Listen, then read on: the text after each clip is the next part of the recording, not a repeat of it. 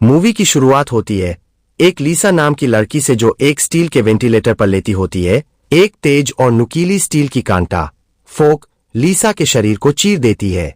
लेकिन हैरानी की बात यह है कि वो एक आवाज तक नहीं निकालती, क्योंकि उसके नीचे एक साइकोपैथ हत्यारा खड़ा है, हाथ में वही नुकीली कांटा लिए।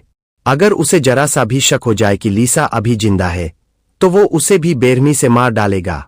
लीसा जानती है कि अगर जिंदा बचना है तो कुछ करना ही होगा।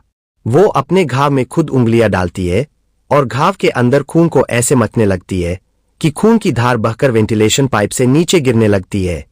नीचे खड़े हत्यारे के सिर पर खून की बूंदें गिरती है।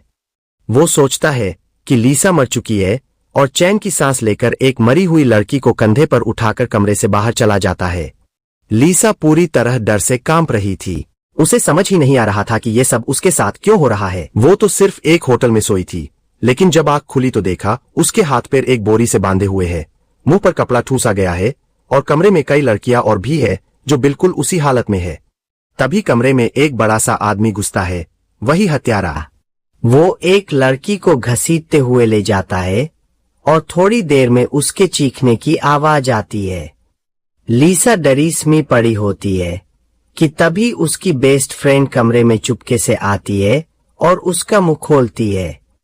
लेकिन तभी फ्रेंड को एहसास होता है कि बाहर कुछ गड़बड़ है। वो तुरंत लीसा को इशारा करती है कि वो मरी हुई होने का नाटक करे और खुद पलंग के नीचे छुप जाती है।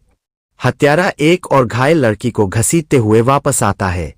जैसे ही वो जाता है, फ्रेंड जल्दी से लीसा को खोलकर उसके साथ बाहर भागने की कोशिश करती है, लेकिन दरवाजा बंद है और हत्यारा बाहर ही मौजूद है। वो दोनों फिर से भागने लगती है, लेकिन घर बहुत छोटा है और छिपने की जगह कम। हत्यारा उनकी फ्रेंड को पकड़ लेता है और खींच कर ले जाता है।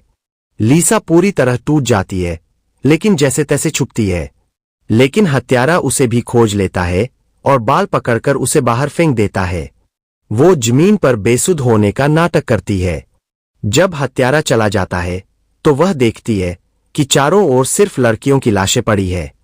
बचने की उम्मीद में लीसा बाथरूम में जाती है, लेकिन वहां का दृश्य और भी भयानक है। खून ही खून, बिल्कुल जैसे कोई कटघर हो। तभी बाहर से एक हलचल होती है।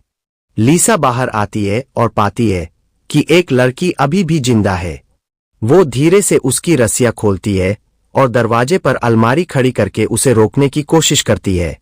हत्यारा दरवाजा तोड़ने की कोशिश कर रहा होता है। लीसा को वेंटिलेशन पाइप दिखता है। वो तुरंत ऊपर चढ़ जाती है, लेकिन घायल लड़की को चढ़ना मुश्किल होता है। वो दीवार के सहारे खुद को ऊपर खींचने की कोशिश करती है। हत्यारा जोर से धक्का मार रहा होता है, लेकिन दूसरी लड़की चढ़ नहीं पा रही थी। उसने दीवार पकड़कर धीरे धीरे ऊपर चढ़ना शुरू किया, लेकिन तभी गिर गई। खुशकिस्मती से लीसा ने उसे हाथ पकड़कर ऊपर खींचा, पर तभी हत्यारा उसे नीचे खींच लाया और उसे मार डाला। लीसा छिपी रही, लेकिन हत्यारे को शक हो गया। उसने स्टील कांटा ऊपर फेंका और लीसा के कंधे में घुस गया।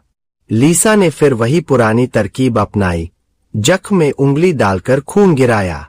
हत्यारा समझा वो मर चुकी है और दूसरी लाश उठाकर चला गया।